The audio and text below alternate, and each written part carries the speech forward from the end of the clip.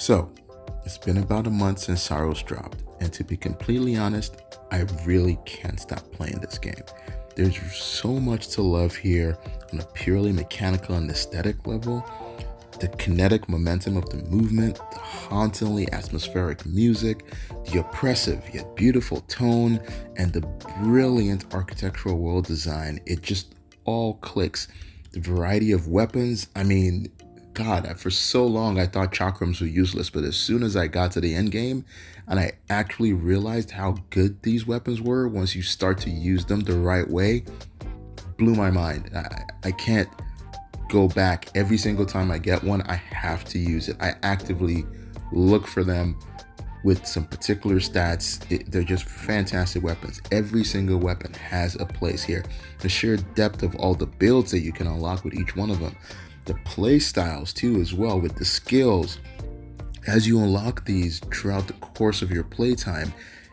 Absolutely incredible. And the story, don't even get me started on the story. It's just the narrative path here and the depth across the entirety of the game is, for me, totally outstanding how they were able to pull this off. And it's so brilliant yet subtle that I just have to, tip my hat to them how they've done that. I spent so many hours just dissecting this game and realizing that the one core thematic pillar I keep coming back to is just the concept of power. It's in all the promotional material. Arjun famously notes it. He comes back stronger every single time he dies.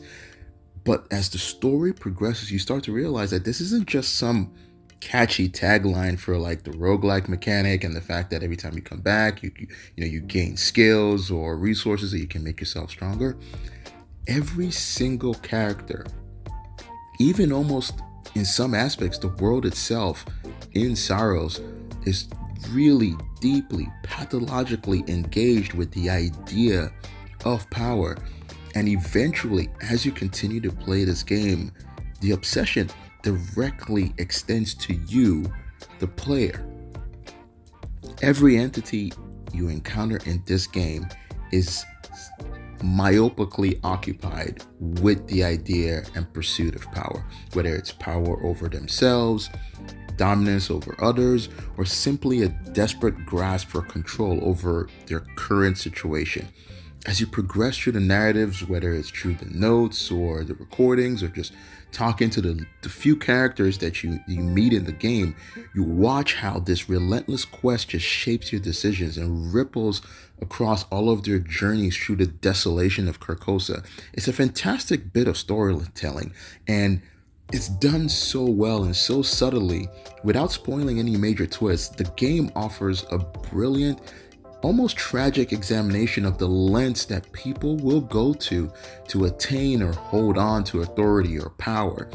Saros doesn't just want you to watch the story about that corruption of power, and it's crazy how even the traits, the negative traits that you get in the game is actually named or called corruption, because at the end of the day, we've all heard that phrase, absolute power corrupts absolutely. It's so well done.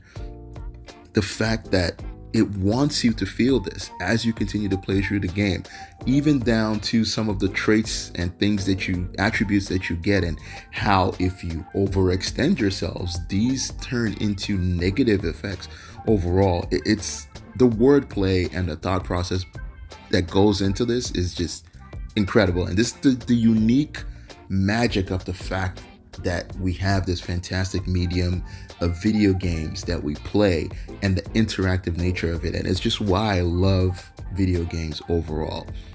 Because of just the interactiveness of the medium itself, you get to experience this firsthand, all of these themes. When you first step into a new region or face a new boss, you feel initially utterly overwhelmed. You're kind of small, you're fragile, you're outmatched, you're trying to figure stuff out, but then you die. And then you come back and you learn And not just with that, but with every loop, you accrue more power. You optimize your path. You master the mechanics. You know, hey, I have that one room ahead I need to save a key for. Or I know there's a boss here, this particular location. I need to be mindful of that. I need to look at some particular skills or attributes that will boost my gameplay and not hinder me in a particular way, especially when you start activating the eclipse. You start to realize that as you kind of go through this loop over and over and over again, you, the player, you're actually becoming the boss. Those terrifying enemies or those cosmic overlords that gave you so much trouble like about a week ago or something, they're nothing to you right now. You've ascended to become this ultimate overlord of this realm. And by the time you push through the narrative to get to its double conclusion, the symmetry between the gameplay and the story makes perfect, terrifying sense. It's fantastic the way they've done it. Even down to the Carcosan modifiers. I'll take it a step further to see the modifiers themselves, the very mechanics that allow you to alter the state of the world reinforces this. The game literally hands you the meta power to make the world easier or harder as you see fit. It just proves just how meticulously thought out Saros is, that the developers designed all these macro systems to deliver on a power fantasy in the truest and most literal sense. That's the reason why we play games, for the power fantasy. But this does it so well. The fact that it plays through the entirety of the narrative down to the actual attributes and effect and the gameplay mechanics is just something that's done incredibly well. Take, for example, for me, the Legion boss fight. For some reason, this was the wall that I hit the hardest. It really just had me so stuck, and I don't know, maybe it was because of a combination of it's just after you get the parry mechanic. So in my mind, I thought that was a significant portion of the game, and I had to utilize that every single time in every instance. But look at this footage right here. Once I was able to get past that point, I'm absolutely wiping the floor with him right now, despite the fact that I'm playing incredibly, almost disrespectfully, like recklessly right now. I'm still getting hit. I'm still, I'm not really dodging as cleanly as I would if, the way I was playing it that first time. But I'm totally wiping the floor with this guy. This boss was so hard for me for so long. And it was so gratifying every single time. As you play through each run, you start to really just kick all of these guys' asses. And it's such a great feeling. What started initially as like trepidation and anxiety during the eclipse actually has me turned into pure excitement for me. Every single time I get into a new region, I am activating the eclipse from the get-go because I want to get as many I want to get as much traits as I can. I want to do as much damage as I can. I want to get as much opportunity. I want to access as many locations as I can throughout each run. And I don't even avoid things like nightmare strands anymore. At first, those were kind of like risk reward things because they'll, replenish your second chance. I can't even remember the last time I used the second chance. But now I just relish them because they've taken on a different function for me. They're not even threats anymore. They're opportunities. Nightmare strands have become chances for me to level up my weapon proficiency so much that I can deal even more catastrophic damage later on in my run. Eventually, your build reaches to a point of like critical mass where you can shrug off most negative effects of even all the abilities that you get, or simple things like when your resilience gets up to the point where it's volatile and it turns into pure arrogance, or you push your other traits into ignorance, or where you can't even tell what kind of corruption effects you have, or negligence where you lose all of your Lucenite on death. And even look at the wordplay with that. It's arrogance, negligence, and ignorance. Those are all traits. When you push power too far, when power gets to the point of corruption, you become ignorant, you become arrogant, you become negligent. It's just the wordplay is just sublime. I absolutely love it, and the storytelling too as well is just fantastic. You just stop, but in the gameplay itself, you stop worrying about all of this stuff. Like, who cares if you don't know what corruption effects that you have? Who cares if my resilience is to the point where I'm like arrogant, or who cares that I lose all of my Lucenite when I die? Because at the end of the game, you're gonna have so much Lucenite, you don't even know what the hell to do with it. The main thing that you're gonna be chasing by the time you get to that point is more of the Halcyon to get all the final things on your skill 3 all leveled up. So losing Lucenite is not even a problem at all. You stop worrying about all these things because who gives a fuck? I mean, look at this build. I'm literally a walking tank. I'm wielding a gun that heals me on every single kill, backed by my integrity regeneration that kicks in the second my health begins to dip.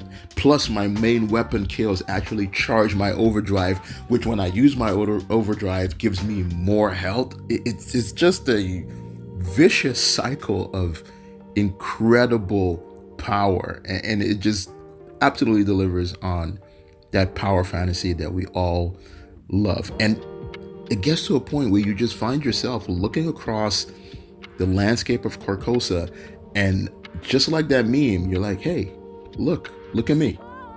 I'm the captain now. I'm in charge.